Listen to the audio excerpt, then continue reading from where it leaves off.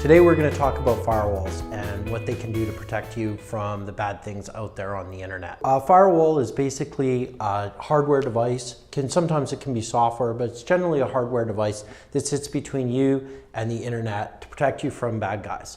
How it basically works is it rejects any traffic that it doesn't have an explicit rule to allow into your network. So a great example of this would be if you configured your firewall to have VPN access.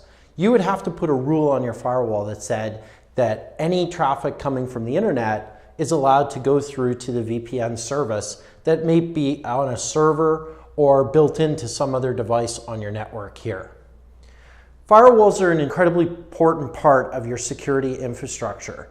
One of the sad things about firewalls is the fact that they're often only perceived as being a one-directional solution. And that is that although they prevent traffic in, they virtually allow every sort of traffic out. This is how cyber criminals are getting inside your business. What happens is this user here on his laptop visits a website that then installs a piece of malware on his computer. And that piece of malware does a couple of different things, but it basically gets right past the firewall by going through the infrastructure and back out on the internet.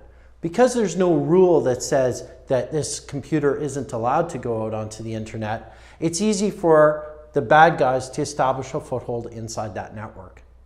The foothold inside that does quite well is prevents other devices from reaching out to the internet if properly configured. So if you've got a printer on the network, or this is a network attached storage device of some sort, you can write specific rules that say that these devices are not actually allowed to go out onto the internet. This is probably a good idea because although it's relatively easy to patch and update workstations, it's difficult sometimes to keep your network attached storage device or your printer, or even in one case a UPS, patched and updated. One of the things that you need to know about firewalls is most modern ones are running some sort of version of Unix or Linux.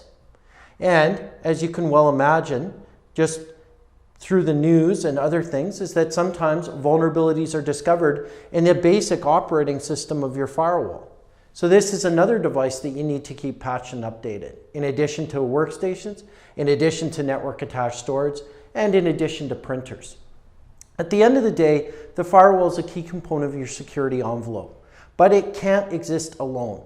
Proper network architecture calls for segregation of your network activities so that only items and equipment that needs to get to the internet can get to the internet. Thanks for joining us, and be sure to subscribe